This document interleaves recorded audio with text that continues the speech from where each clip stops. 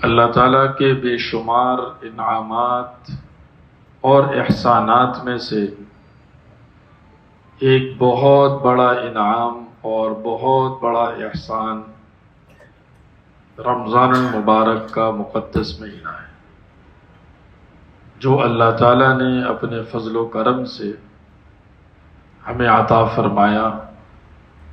اس پر بھی ہمیں اللہ تعالیٰ کا بہت زیادہ شکر گزار ہونا چاہیے۔ اپنے اطراف میں اگر ہم دیکھیں تو ہمیں بہت سارے لوگ ایسے ملیں گے جو پچھلے رمضان میں ہمارے ساتھ ہوتے تھے، لیکن آج وہ اس دنیا سے رخصت ہو گئے، اور وہ رمضان کی برکات اب وہ حاصل نہیں کر سکتے جو ہم حاصل کر سکتے ہیں۔ اس لیے ہمیں ملنے والا یہ موقع اللہ تعالیٰ کی طرف سے بڑا احسان اور انعام ہے، اور ہر انعام اور احسان کی قدر کرنا یہ ہمارے لیے ضروری ہے۔ فرض کریں آپ کو کوئی بھی شخص کوئی قیمتی چیز بطور ہدیے کے دیتا ہے، اور آپ لینے کے بعد اس سے یہ کہتے ہیں کہ ماشاءاللہ بہت خوشی ہوئی، اور اس چیز کا بڑا اکرام کرتے ہیں۔ کوئی عطر دیتا ہے تو آپ اس کو لگاتے ہیں اور آپ کہتے ہیں ماشاءاللہ بہت اچھی خوشبو ہے، یہ بڑی قیمتی چیز آپ نے مجھے دی ہے۔ پھر آپ اس کو حفاظت کے ساتھ جیب میں ڈالتے ہیں، تو دینے والا بھی خوش ہوتا ہے۔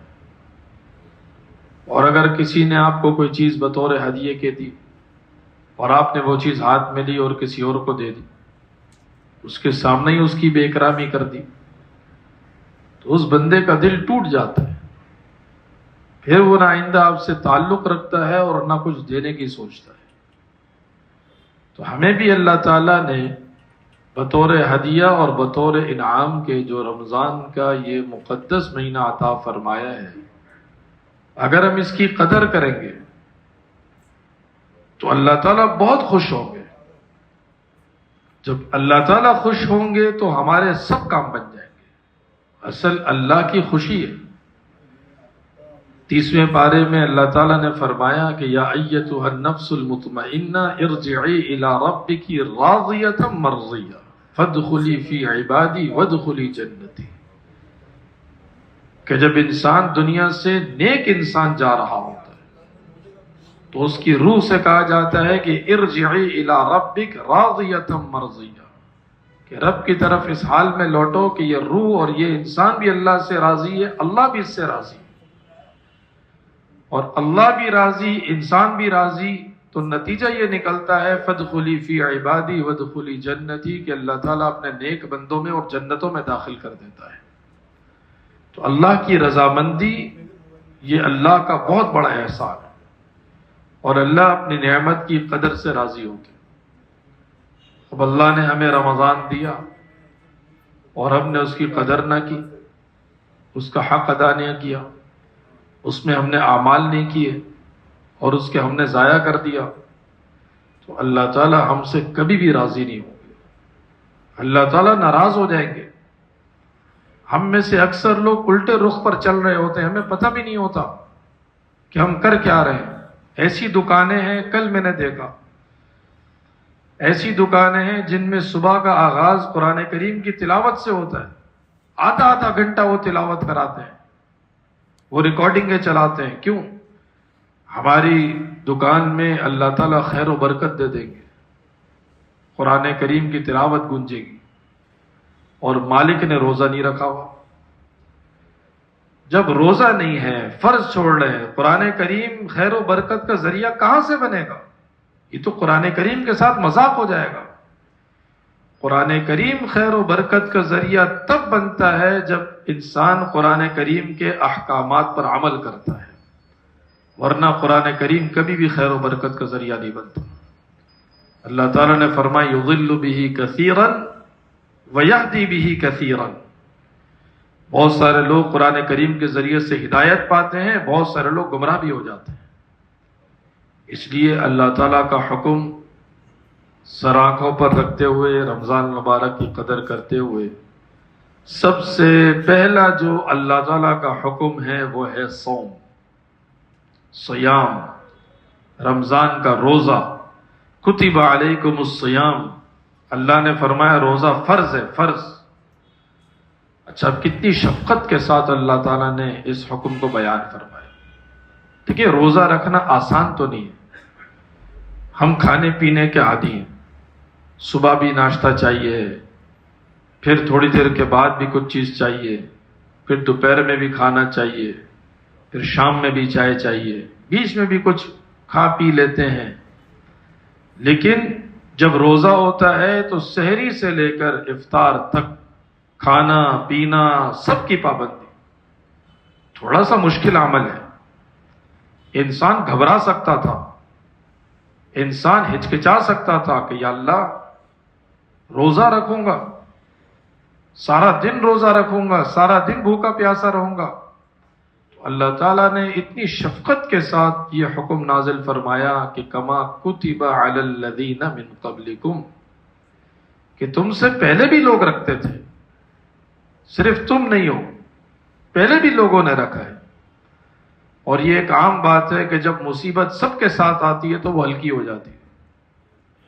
لوگ کہتے ہیں کہ بھائی جو سب کے ساتھ ہوگا وہ ہمارے ساتھ ہوگا، جو ہمارے ساتھ ہوا ہے وہ سب کے ساتھ بھی ہوا ہے۔ تو انسان یہ سوچتا ہے کہ یا اللہ میں روزہ رکھ رہا ہوں تو ٹھیک ہے، مجھ سے پہلے بھی لوگوں نے جب رکھا ہے تو میں بھی رکھ لوں گا انشاءاللہ تعالی۔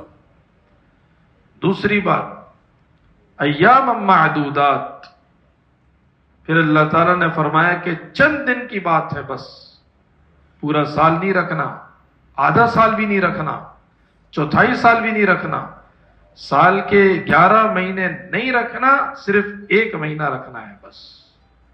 پھر انسان اور تھوڑا تیار ہو جاتا ہے۔ پھر اللہ تعالیٰ نے فرمایا کہ میں جانتا ہوں کہ انسان کبھی بیمار بھی ہو جاتا ہے، سفر کی مشقت میں بھی چلا جاتا ہے، اگر بیمار ہو جاؤ تو بھی چھوڑ دینا، نہیں رکھنا، بعد میں رکھ لینا، سفر میں چلے جاؤ تو بھی چھوڑ دینا، بعد میں رکھ لینا۔ پھر انسان تھوڑا اور مطمئن ہو جاتا ہے۔ جب اللہ تعالیٰ کی طرف سے اتنی شفقت بھرا حکم ملتا ہے اور اتنی آسانیاں ملتی ہیں، اور اس کے باوجود بھی اگر ہم روزہ نہ رکھیں تو یہ بہت بڑی محرومی ہے۔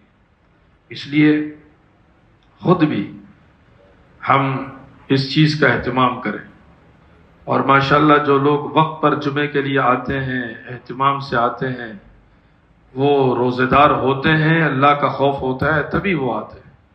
لیکن ہمارے جاننے والوں میں بہت سارے ایسے لوگ ہوں گے جن سے ہم دن بھر ملتے ہوں گے، کسی کا روزہ نہیں ہے، کسی کے منہ میں گٹکا لگا ہوا ہے، روزہ نہیں رکھ رہے، تو ہم پیار محبت کے ساتھ، شفقت کے ساتھ ان کو اس بات کی ترغیب دے دیں کہ بھئی اگر روزہ نہ رکھا تو ہماری دنیا اور آخرت بگڑ جائے گی، روزہ نہ رکھا تو اللہ تعالیٰ ناراض ہو جائیں گے، پھر ہم صبح کا آغاز نہیں، پورا دن بھی قرآن کریم کی تلاوتیں چلاتے رہیں تو برکت نہیں ہوگی۔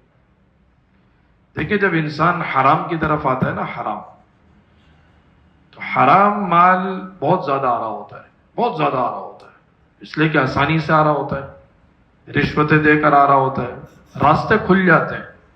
لوگ کہتے ہیں کوئی مسئلہ نہیں ہے، ہم بیٹھے ہوئے ہیں، آپ کام کرو۔ لوگ کہتے ہیں پیسہ دو اور بس کام کرتے رہو، کوئی ٹینشن کی بات نہیں ہے، وافر مقدار میں آ رہا ہے، وافر مقدار میں آ رہا ہے۔ لیکن قرآن کریم میں اللہ تعالیٰ نے کیا فرمایا کہ حلال مال اتنا زیادہ نہیں آ رہا ہوگا، وہاں پابندیاں لگی ہوئی ہوں گی، یہاں پر پابندی، یہاں پر پابندی، یہاں پر پابندی۔ پھر انسان کو صبر کرنا پڑے گا، انسان کہے گا کہ میں حرام طریقے سے بہت زیادہ کما سکتا تھا، لیکن حلال طریقے سے میرے پاس اتنا زیادہ نہیں آ رہا، کم آ رہا ہے۔ تو اللہ تعالیٰ نے تسلی دے دی یہاں پر کہ بقیت اللہ خیر لکم ان کنتم مؤمنین، کہ ٹھہر جاؤ، زیادہ نہیں آ رہا، نہ آنے دو، جو تھوڑا سا آ رہا ہے یہ رکھ لو، یہ تمہارے لیے دنیا اور آخرت میں بہتر ہوگا۔ پھر انسان سوچتا ہے کہ یا اللہ جب آپ نے کہہ دیا بہتر ہوگا تو ضرور بہتر ہوگا، اس لیے کہ اللہ تعالیٰ کی بات ایک اٹل، اللہ تعالیٰ کی بات ایک حقیقت ہے، اللہ تعالیٰ کی بات ایک مضبوط بات ہے۔ قرآن کریم ایک تسلی کا پیغام ہے، قرآن کریم ایک ایسی کتاب ہے جو زندگی کے ہر موڑ پر ہماری رہنمائی کرتا ہے۔ بس غور و تدبر کی بات ہے، فکر کی بات ہے کہ ہم سوچے تو صحیح کہ اللہ تعالیٰ نے کہاں ہمارا رخ موڑا ہے. تو بہرحال ہم روزہ رکھیں گے، ہماری دنیا اور آخرت میں خیریں ہوں گی، برکتیں ہوں گی، ہمارے گھر میں خیریں اور برکتیں ہوں گی، ہماری زندگیوں میں، ہمارے مال میں خیر و برکتیں ہوں گی. اور روزہ چھوڑ دیں گے، اللہ کی مدد و نصرت ہم سے ہٹ جائے گی. پھر اللہ تعالیٰ نے، دیکھیں انسان جو ہے نا، انسان وہ خود غرض بھی ہے. جب آپ کسی کو ادھار دیتے ہیں نا تو دینے والا کہتا ہے مجھے فائدہ کیا ہوگا، میں 1 سال کے لیے آپ کو 1 کروڑ روپے دے دوں، پھر 1 سال کے بعد وہی واپس کرو گے تو میرا کیا فائدہ ہوگا. تو انسان فائدے کے پیچھے بھاگتا ہے، فائدہ ہوگا تو دوں گا، فائدہ نہیں ہوگا تو میرے پاس مال پڑا ہوا ہے وہ اچھا ہے. لیکن بات یہ ہے کہ کسی کو 1 کروڑ روپے دے دینا اور 1 سال کے بعد 1 کروڑ روپے ہی لے لینا، اس میں فائدہ ہے. دنیا کا فائدہ نہیں ہے، آخرت کا فائدہ ہے. اور دنیا کا فائدہ ہمیشہ چھوٹا ہوتا ہے، محدود ہوتا ہے، اور آخرت کا فائدہ بہت بڑا فائدہ ہوتا ہے. اور ہماری کمزوری یہی ہے کہ ہم صرف دنیا کا فائدہ دیکھتے ہیں اور آخرت کا فائدہ نہیں دیکھتے. ہو سکتا ہے کہ 1 کروڑ روپے دینے پر ہم فائدہ یہ سوچیں کہ ہمیں 10 لاکھ روپے نفع بھی مل جائے تو ہمیں فائدہ ہو گیا، ہمیں تسلی ہو جائے گی، ہاں کچھ آیا. لیکن ہم نے اتنی رقم دی اور 1 سال کے بعد اتنی ہی لے لی، کسی کے پھنسے ہوئے کام ہم نے بنا دیے، کوئی خوش ہو گیا. حضور اکرم صلی اللہ علیہ وسلم فرماتے ہیں کہ اس کی وجہ سے اللہ تعالیٰ خوش ہو کر جنت کے اعلیٰ درجات عطا فرما دیں گے. یہ کم فائدہ ہے، یہ بہت بڑا فائدہ ہے. اسی طرح ہم روزہ رکھتے ہیں، ہم اللہ تعالیٰ سے پوچھ سکتے ہیں کہ یا اللہ فائدہ کیا ہوگا، ہمیں کیا ملے گا. تو اللہ تعالیٰ نے ہمیں فائدہ بھی بتایا کہ کما کتب علی الذین من قبلکم لعلکم تتقون، کہ اللہ تعالیٰ تمہیں تقوی والی زندگی دے دیں گے. اللہ تعالیٰ تمہارے اوپر ایک اچھا لیبل لگا دیں گے اور اس لیبل کا نام ہوگا متقی. تو اس لیبل کا فائدہ کیا ہوگا؟ آپ دیکھیں ہم کسی بھی ملک میں جاتے ہیں نا، وہاں کے لیے ہمیں ویزا درکار ہوتا ہے. بغیر ویزے کے، بغیر اجازت نامے کے کوئی بھی بندہ کسی بھی ملک کے لیے سفر ہی نہیں کر سکتا. اس ملک میں پہنچنا تو دور کی بات، اس کے لیے سفر کرنا مشکل ہو جاتا ہے. اور اگر پہنچ جائے تو اس ملک کے اندر انٹری کرنا مشکل ہو جاتا ہے، اجازت نامہ جب تک نہ ہو. اسی طرح جنت کے لیے بھی ایک اجازت نامہ ہے، جنت کا بھی ایک ویزا ہے. آپ قرآن کریم پڑھیں، رمضان مبارک کا مہینہ ہے، تھوڑا غور و تدبر کے ساتھ پڑھیں، توجہ کے ساتھ پڑھیں، لفظ جنت پر ہی غور کر لیں. جہاں بھی قرآن کریم میں آپ کو لفظ جنات ملے، جنتن ملے، وہاں پر ٹھہر جائیں، آگے پیچھے دیکھیں کہ کیا ہے. اللہ تعالیٰ نے یا تو جنت کی نعمتیں ذکر فرمائی ہوں گی کہ جنت میں یہ ملے گا، یہ ملے گا، یہ ملے گا، یا تو پھر اللہ تعالیٰ نے یہ بیان فرمایا ہوگا کہ جنت میں جائے گا کون. جہاں آپ کو ایسی آیت مل جائے وہاں پر آپ آگے پیچھے دیکھیں تو آپ کو یہ لفظ نظر آ جائے گا کہ جنت میں وہ بندہ جائے گا جو متقی ہوگا اور وہ بندہ جائے گا جو پرہیزگار ہوگا. تو اللہ تعالیٰ روزے کے ذریعے سے ہمیں جنتی بنانا چاہتے ہیں، ہمیں تقوی کی نعمت دینا چاہتے ہیں، جس نعمت پر جنت کا داخلہ ہوگا اور جس نعمت کے بغیر جنت کا داخلہ نہیں ہو سکتا. تو کتنا بڑا فائدہ ہے روزے کا کہ جنت میں داخل ہونے کا ذریعہ ہے رمضان مبارک کا روزہ رکھنا. اس سے اللہ تعالی ہمیں تقوی عطا فرماتے. تقوی کسے کہتے ہیں اور روزے سے تقوی کیسے ملتا ہے، بس اس بات کو سمجھ رہے ہیں. دیکھیں تقوی کہتے ہیں اللہ تعالیٰ کے ڈر کو، اللہ کے خوف کو. ہر وقت انسان یہ سوچے کہ مجھے اللہ تعالیٰ نے کسی مقصد کے لیے پیدا کیا ہے، میرے ہر کام کو، ہر فعل کو، ہر بات کو اللہ تعالیٰ نوٹ کر رہے ہیں اور مجھے میرے اچھے اعمال پر بہت انعام ملے گا اور مجھے میرے برے کام پر سزا ملے گی. یہ ایک تصور ہو ہمارے دل میں. دنیا کے کئی ممالک ایسے ہیں کہ جس میں کسی بھی حساس جگہ پر نہ پولیس ہے، نہ سیکورٹی ہے، صرف ایک جملہ لکھا ہوا ہوتا ہے بس کہ کیمرے کی آنکھ آپ کو دیکھ رہی ہے. ہر بندہ الرٹ ہو جاتا ہے اور اس کو پتا ہوتا ہے کہ یہ پاکستان نہیں ہے، یہ دوسرا ملک ہے.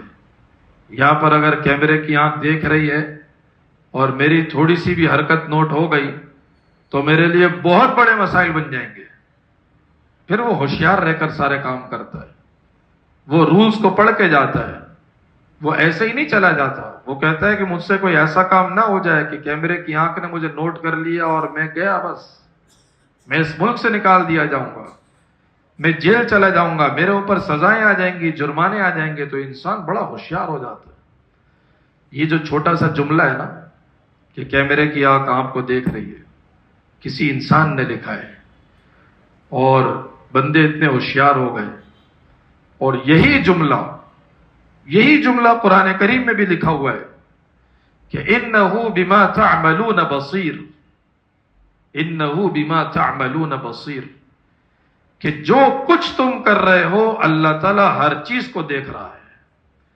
اور یہی جملہ قرآن کریم میں دوسرے الفاظوں میں لکھا ہوا ہے کہ مَا يَلْفِظُ مِنْ قَوْلٍ إِلَّا لَدَيْهِ رَقِيبٌ عَتِيدٌ، کہ آپ کی زبان سے جو بات نکل رہی ہے وہ بھی اللہ تعالیٰ کی طرف سے نوٹ ہو رہی ہے. اور اس سے بڑا جملہ بھی لکھا ہوا ہے کہ اِنَّهُ عَلِيمٌ بِذَاتِ الصُّدُورِ، کہ سینے کے اندر جو خیالات آ رہے ہیں اللہ تعالیٰ اس کو بھی جانتے ہیں. دنیا کے کیمرے کی آنکھ صرف ہماری حرکات نوٹ کر سکتی ہے، ہماری دل کی باتیں نہیں اٹھا سکتی، لیکن اللہ تعالیٰ کا نظام ہماری حرکات کو بھی نوٹ کر رہا ہے، ہماری باتوں کو بھی نوٹ کر رہا ہے، ہمارے دل کے خیالات کو بھی نوٹ کر رہا ہے. تو آپ بتائیں کتنا سخت نظام ہے، اور اس نظام سے ہم کیسے بچ سکتے ہیں؟ تو اللہ تعالیٰ نے ہمیں تقوی سکھایا. ہم میں سے کوئی گیا گزرا بھی انسان ہوگا نا، گیا گزرا بھی گناہگار بھی ہوگا، وہ بھی روزہ نہیں توڑتا. صبح اگر سحری کرتا ہے شام تک اس کی حالت خراب ہو رہی ہے، پہلا دوسرا روزہ ہے، عادت نہیں ہے، روزہ لگ رہا ہے، منہ خشک ہو رہا ہے، وہ وضو کر رہا ہے، وضو میں ٹھنڈا پانی آ رہا ہے، وہ منہ میں کلی کر کے نیچے اتار لے برابر والے کو بھی نہیں پتا چلتا، لیکن پھر بھی انسان اس پانی کو نیچے نہیں اتارتا، منہ میں لے جانے کے بعد بھی پھینک دیتا ہے، صرف اس لیے کہ اللہ دیکھ رہا ہے. کسی کو نہیں پتا چلے گا، میرے برابر والے کو بھی نہیں پتا چلے گا، لیکن کس کو پتا چلے گا؟ اللہ کو پتا چلے گا. اور میرا اللہ کے ساتھ معاہدہ ہے کہ سحری سے لے کر افطار تک کھانا نہیں ہے، پینا نہیں ہے، کھانے سے بچنا ہے، پینے سے بچنا ہے. تو میں اللہ تعالیٰ کے اس وعدے کو نہیں توڑ سکتا، میں اپنے روزے کو خراب نہیں کر سکتا. تو انسان روزے کو خراب نہیں کرتا، تمام موقع میسر ہیں، کمرہ بند ہے، گھر میں کوئی نہیں ہے، فریج میں پانی ہے، کھانا رکھا ہوا ہے، کھانے کی چیزیں رکھی ہوئی ہیں، پھر بھی انسان نہیں کھاتا، اللہ کے حکم کی لاج رکھتا ہے، جناب نبی کریم صلی اللہ علیہ وسلم کے فرمان کی لاج رکھتا ہے. اللہ تعالیٰ بس ہمیں یہی سکھانا چاہتے ہیں کہ جس طرح رمضان کے مہینے میں سحری سے لے کر افطار تک موقع ملنے کے بعد بھی تم گناہ نہیں کرتے، موقع ملنے کے بعد بھی تم اللہ کا حکم نہیں توڑتے، موقع ملنے کے بعد بھی تم جناب نبی کریم صلی اللہ علیہ وسلم کی نافرمانی نہیں کرتے، تو یہ چیز اپنی پوری زندگی میں لے کر آنی ہے.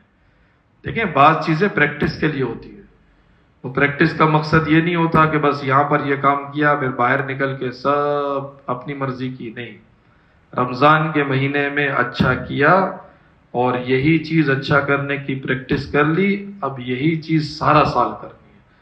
بعض حضرات فرماتے ہیں کہ حدیث میں آتا ہے، واللہ عالم مجھے تحقیق نہیں ہے، دیکھ لیں گے اس کو، لیکن یہ تجربے کی بات ہے، ہمارے بڑے حضرات کے یہ تجربے ہیں کہ جس کا رمضان اچھا گزرا اس کا پورا سال اچھا گزرے گا، اور جس کا رمضان اچھا نہیں گزرا اس کا پورا سال اچھا نہیں گزرے گا.